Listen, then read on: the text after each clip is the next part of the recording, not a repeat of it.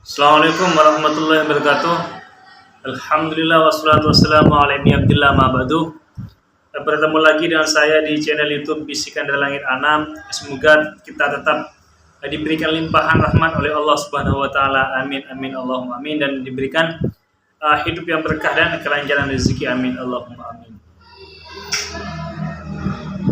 Melanjuti dari pembahasan dari sebelumnya, bagaimana perang ini dan konflik ini terus terjadi sehingga mampu memakan korban banyak nyawa. Misalkan tidak hanya ribuan, tidak hanya puluhan ribu, tidak hanya ratusan juta, tidak hanya ratusan ribu, tapi justru memakan korban yang sampai angkanya, jumlahnya itu sampai angka jutaan.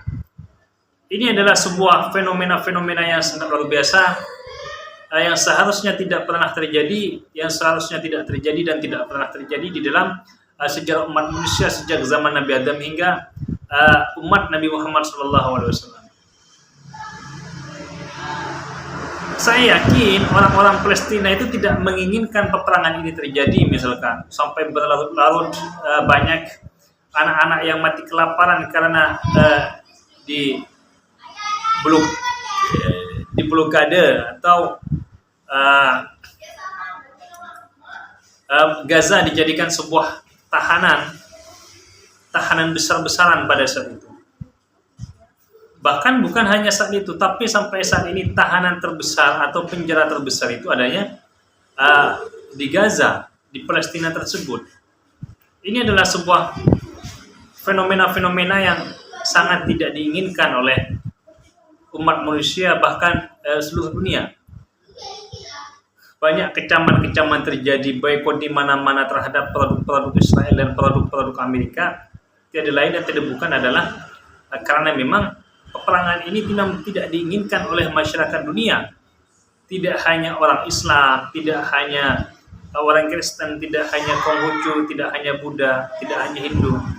Tapi memang merugikan banyak komponen-komponen kehidupan. Ketika ledakan-ledakan itu dihancurkan dan diletuskan, maka angin udara tersebut akan banyak membawa racun ke berbagai daerah, ke berbagai penjuru, sehingga racun-racun tersebut dihirup oleh manusia melalui udara, sehingga banyak penyakit-penyakit yang menyerap dalam tubuh manusia hingga tidaklah sulit untuk menjadi sebuah penyakit di dalam tubuh manusia tersebut. Peperangan tersebut, ya kalau di Rusia misalkan, ke Rusia di Ukraina ini adalah kepentingan Vladimir Putin dan Vladimir Zelensky. Kalau di Israel dan Palestina ini kan adalah kepentingan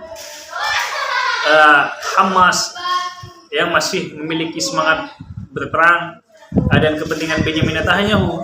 Karena kalau Benjamin Netanyahu ini kalah dalam peperangan ini, maka dia pasti akan dilengsarkan oleh politisi-politisi dan kaum-kaum radikalis yang ada di Israel sana, karena dianggap tidak becus menangani persoalan-persoalan kedaulatan Israel.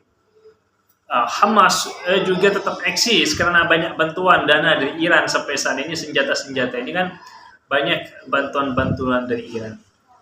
Bukannya saya tidak mendukung perjuangan Palestina, saya mendukung, tapi justru dukungan-dukungan ini seakan-akan kita ini mengadu domba terus antara pasukan Hamas dan pasukan IDF misalkan, sehingga tidak selesai-selesai dan tidak henti-hentinya peperangan ini selalu berulang dan terus berulang, sehingga yang menjadi korban adalah anak-anak kecil, kadang-kadang tidak punya tangan, ibu-ibu yang menjadi korban, orang-orang yang tidak berdosa rumahnya hancur. Seakan-akan bahwa di sana tersebut meriam atau bom itu saja akan hanya dijadikan meracun saja, karena saking biasanya sulit mendapatkan air putih, sulit mendapatkan makanan, karena semuanya diblokade dan dipenjara.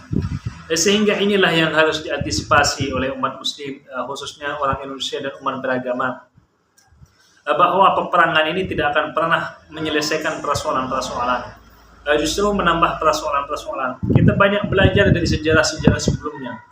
Negara-negara besar, kerajaan-kerajaan besar walaupun menang, tapi hancur dalam bidang ekonomi, hancur dalam bidang manusianya.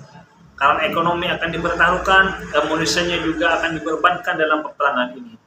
Ini adalah sebuah wanti-wanti bahwa manusia ini harus hidup hingga Tuhan menjemputnya dengan senormal-normalnya, bukan melalui adu domba atau peperangan merampas yang bukan haknya, yang merampas bukan tanahnya sendiri.